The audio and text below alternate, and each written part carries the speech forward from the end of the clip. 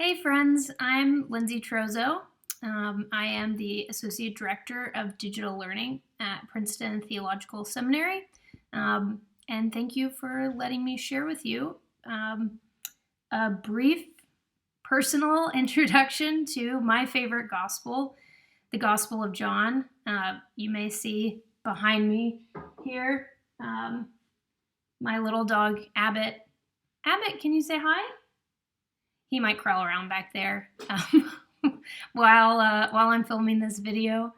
My other dog, Belle, you can't see, or I should say our other dog, Belle, because my spouse, Deborah, brought Belle into our relationship. She is laying flat as a pancake on the rug, so you can't see her.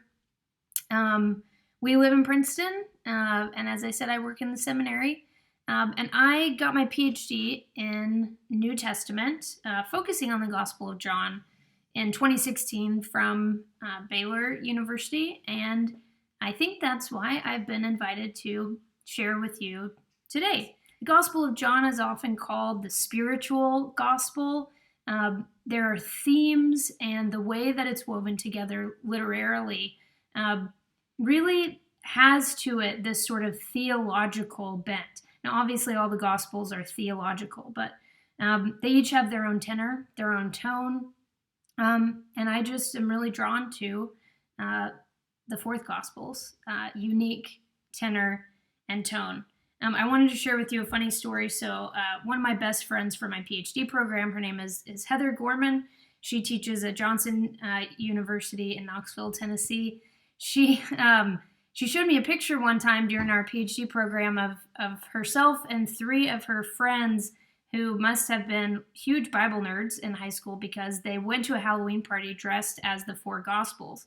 And Matthew, Mark, and Luke all wore, I think, shirts of the same color, but maybe slightly different shades or had something slightly unique about them. And then the person who dressed as John wore a tie-dye shirt. And I think that's a really perfect illustration of how I view the uniqueness of John and why I'm so drawn to it. So before we dive into this best gospel, or in my opinion, best gospel, I'd like to start by reviewing with you or possibly introducing you to, for the first time, a very simple way of approaching any biblical text. And this is to kind of look through it, look at it through three different lenses. One is looking at or focusing on the world behind the text. The second one is to look at or focus on the world within the text. And the third one is to focus on the world beyond the text. So that's behind, within, and beyond. The world behind the text kind of just means the historical context, questions of history and source and where did this come from and how does understanding the time and the culture help us to understand this text.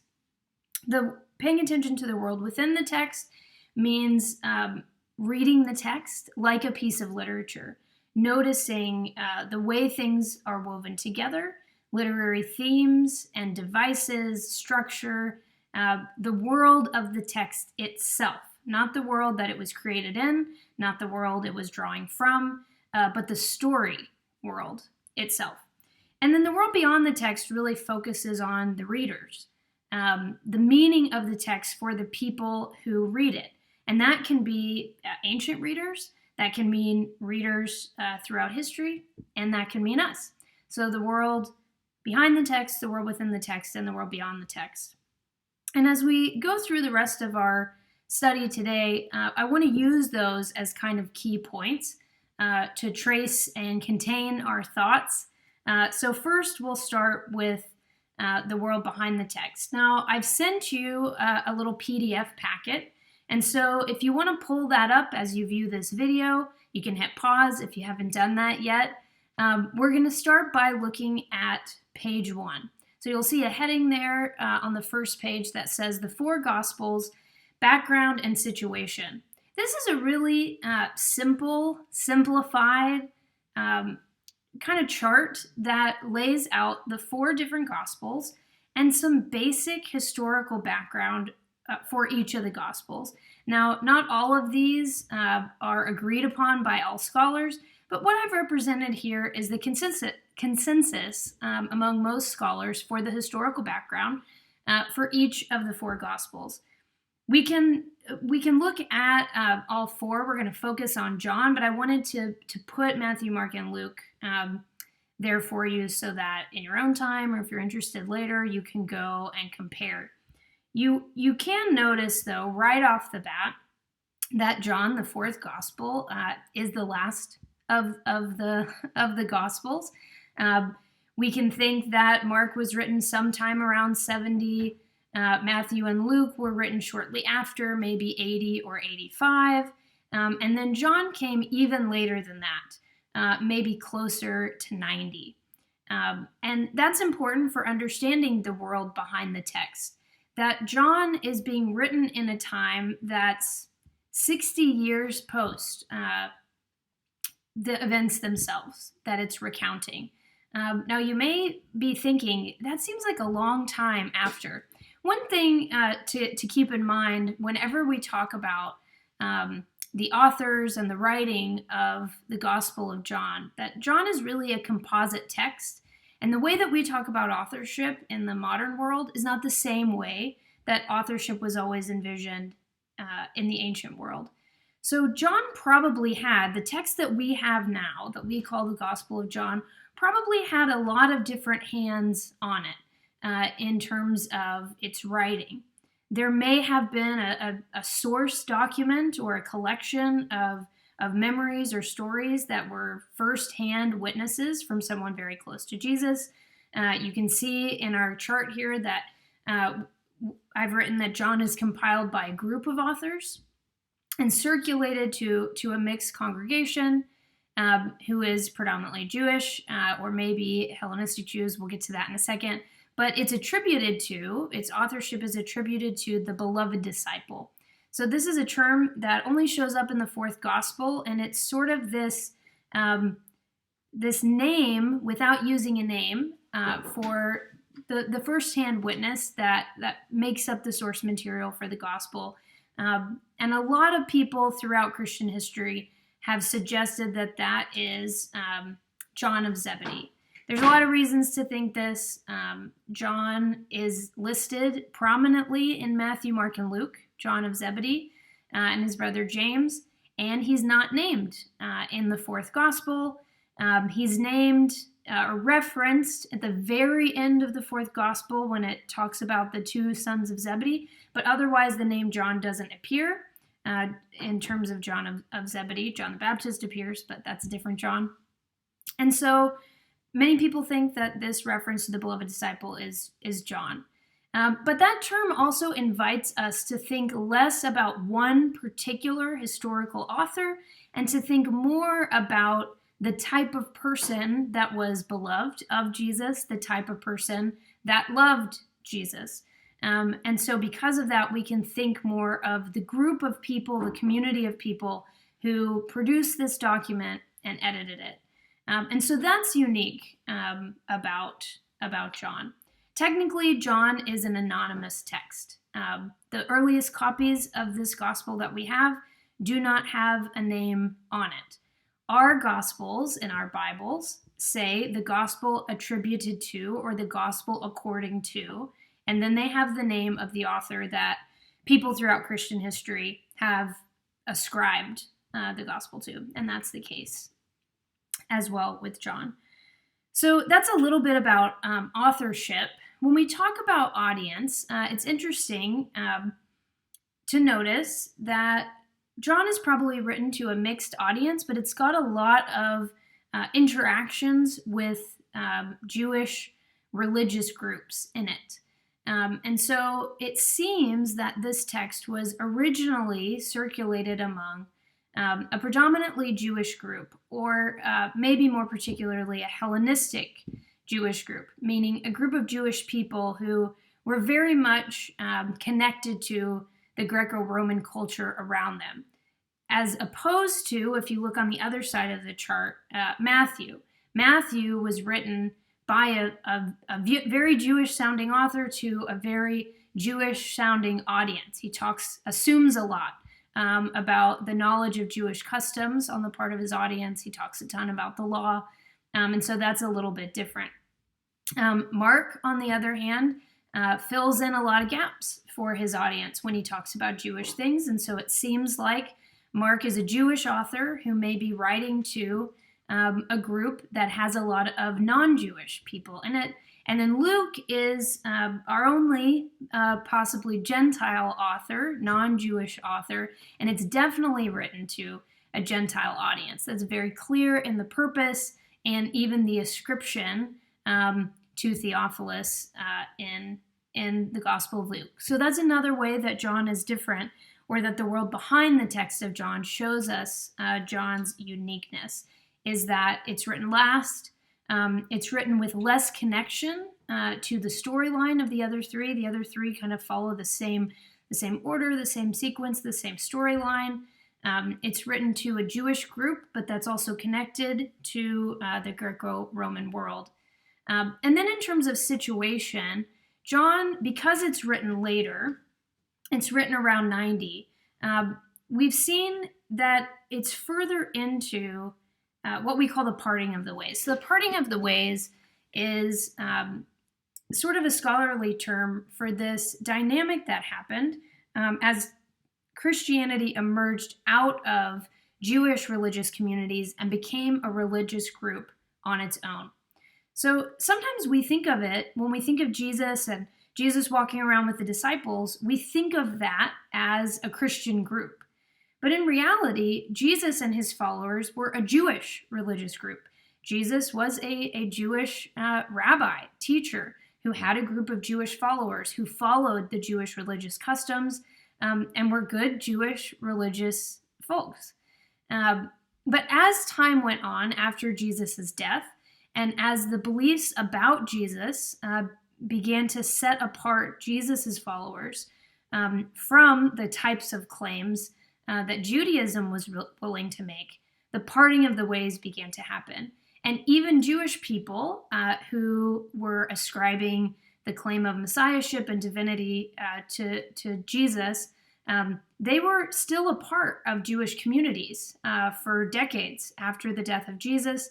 But closer to the year 90, as the Gospel of John is being produced, there's becoming a rift where the claims that Jesus followers are making about Jesus, particularly Jesus' divinity, are meaning that they're really becoming a separate group.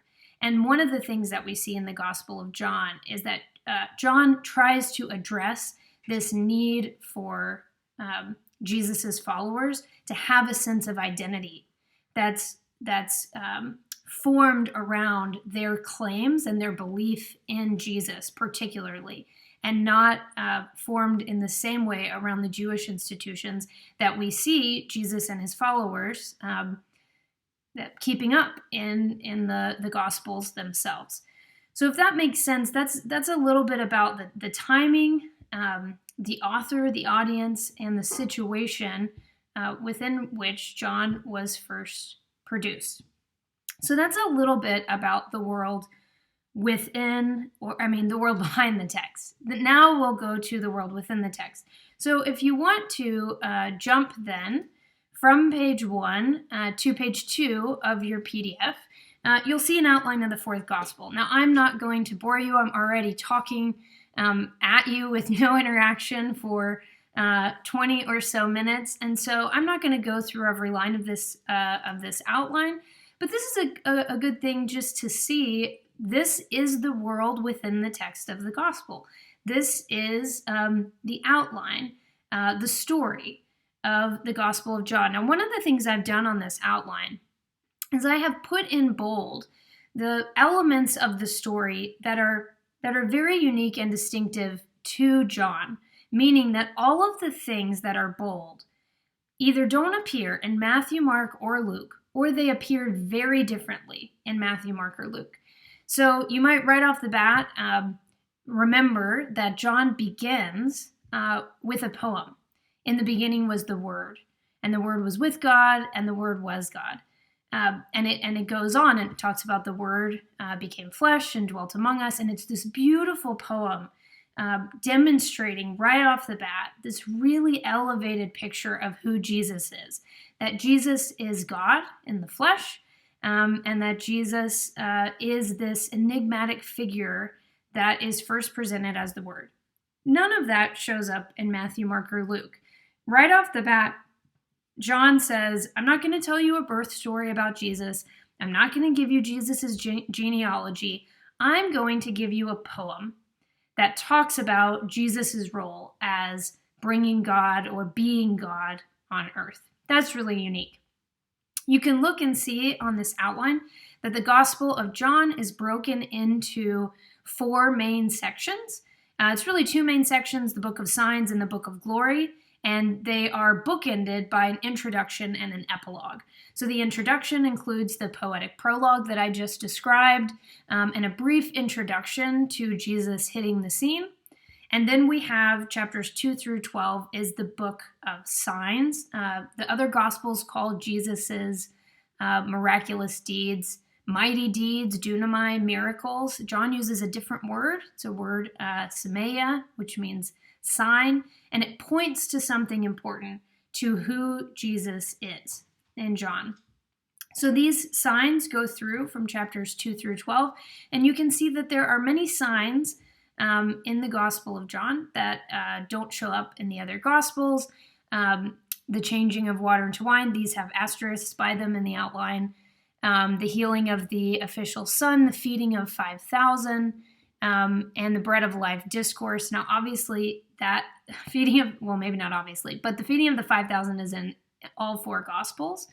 But it is presented a little bit differently in John because the bread of life discourse, where Jesus stands up after it and says, I am the bread of life. If you do not eat my flesh and drink my blood, you won't have eternal life. And so it's very different. And then there is the healing of a man who was born blind, which is uniquely told in the Gospel of John, and the raising of Lazarus from the dead. So that's how the Book of Signs goes through. And that first whole chunk of the Gospel of John is just Jesus basically going through this pattern where he does a sign, and then after the sign, the sign creates space for him to speak or share about who he is and why he has come. And then the audience or the group that has gathered to witness this, some believe and some do not. And then the story goes on. And that pattern happens over and over in chapters 2 through 12. The second major portion of the 4th Gospel is called the Book of Glory. In John, perhaps ironically, perhaps hopefully, Jesus' death is referred to as his glory. And so the Book of Glory is when the story turns from Jesus doing all of these signs to turning towards the cross, turning towards his death, and then eventually his resurrection. And then the very final part of the Gospel of John is chapter 21, which is known as the epilogue, where Jesus meets with his disciples again and commissions them or recommissions them to pick up his work where he has left off. In the Book of Glory, some of the things that are unique are Jesus washing the disciples' feet. That's only in John. And a very long prayer in chapters 14, 15, 16, and 17 of John, where Jesus comforts his disciples, talks about being the way to the Father and preparing a place for the disciples, and promising and giving the Holy Spirit. And this is the last thing that Jesus does before he dies in the 4th Gospel. Okay, so to wrap up and conclude our discussion about the 4th Gospel, I'd like you to look in your PDF packet and go to the final page, page 3, which you'll notice looks a lot like the first page with the chart, but instead of comparing Matthew, Mark, and Luke and the historical background of each of the Gospels, this one focuses on Christology. Christology is a word that no doubt you've heard many times if you're a part of this church community, but it's just a way of presenting who Jesus is and what his role is. So as the Christ, as the Messiah, the Anointed One, which is what Christ means. How is that made apparent in the gospel? And Christology is how a gospel makes that apparent. So I'm not going to go through each for Mark, Matthew, and Luke, every detail of the Christology and other essential theological themes, but I do at least want to read each of the headings so that we can compare the different portraits, pictures that we get in Matthew, Mark, Luke, and then finally in the unique presentation of Jesus that John gives. So in Mark, Jesus' suffering is emphasized. So you see there in the title that Mark can be called the gospel of the suffering Son of God who gives himself as a ransom. Now, most of what Mark has is repeated and expanded upon in both Matthew and Luke. So those themes are also represented in Matthew and Luke. But in Matthew, a more Jewish gospel presented to a very well-informed Jewish audience, Jesus is presented as a teacher, as a rabbi. And so Matthew is the gospel of the ultimate rabbi who fulfills Israel's hope and brings the kingdom of God. And so that's sort of the portrait, the picture, the unique presentation of Jesus that you get in Matthew. In Luke, Jesus is presented as the Savior for all people. Savior is a term taken from the Greco-Roman environment, often used of rulers, people like Caesar. And Jesus is presented as someone who brings good news to the poor and who opens up the gospel beyond the Jewish groups that were following Jesus. The Gentiles as followers of Jesus is really emphasized in Luke. And then finally to our gospel today, John. In John, Jesus is presented as the Word. And Jesus' job in John, as we learn about in the first chapter, is to show what God is like. Two main texts really drive this home for me in John. The first is John 1:14, which says that the Word, Jesus, became flesh and dwelt or tabernacled among us, and we have seen his glory, the glory of the only Son who comes from the Father. So Jesus' role is to show what God is like in human form, in flesh and blood. The incarnation is a huge theological theme in John.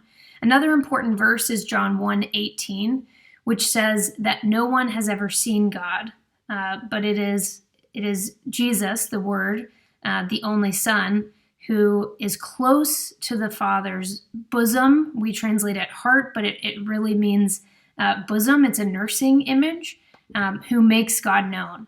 So this Son of God, this child of God who is connected to God as the source of life, who is God, shows what God is like.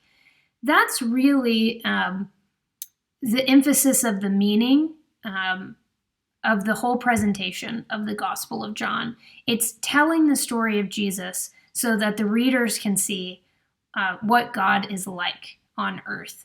And that's how we get, that's where we find ourselves when we pay attention to the world beyond the text. So we're getting to our third point, not the world behind the text, the world within the text, and then the world beyond the text. Jesus is one with God, is pre-existent, is divine, and readers are invited to experience God in the story of Jesus that John presents. So that's kind of where we will wrap up. I know that you are looking forward to a few weeks on the particular I am statements in the Gospel of John. And so I won't try to shed any light on those. I'm sure you have some really good people coming to speak with you about each of those. But I will say that each of the I am statements in John kind of re-emphasizes this claim that that God is present in Jesus, that Jesus is God in the flesh. And these I am statements are ways of sort of illustrating that, of quantifying that, and of demonstrating to the listeners, to the readers of the gospel, of what exactly that means. And so these I am claims are really important for understanding the world beyond the text of John, the world that makes a difference, that means something for us as readers of this text. One thing that I'll say to close is that in the Gospel of John, readers are invited into the story. So the character of the beloved disciple is one way that this happens. We can each picture ourselves as that one unnamed disciple who's standing by and watching as Jesus is breaking the bread for the final meal, who are standing at the foot of the cross, who witness the empty tomb after the resurrection, and who are sent out on a mission by Jesus at the end of the gospel. And so as you read about these I am statements, certainly Jesus is claiming to be God and to be divine, but those I am statements hold something for us as well. Because Jesus says in the gospel, as the Father sends me, so I send you. He even says that he's done great deeds and many signs, but that his followers will do even greater things.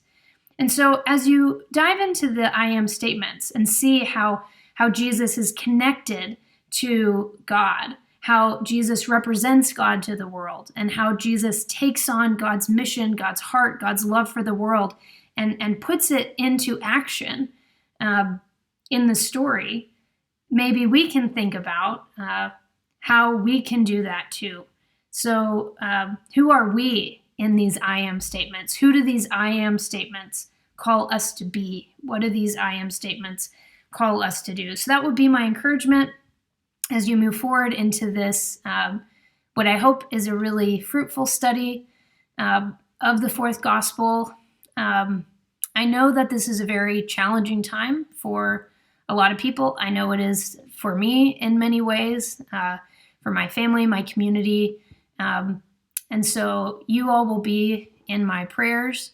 I hope that this study into the fourth gospel has offered you a way to connect with one another, to connect with the story of Jesus, and to connect with God.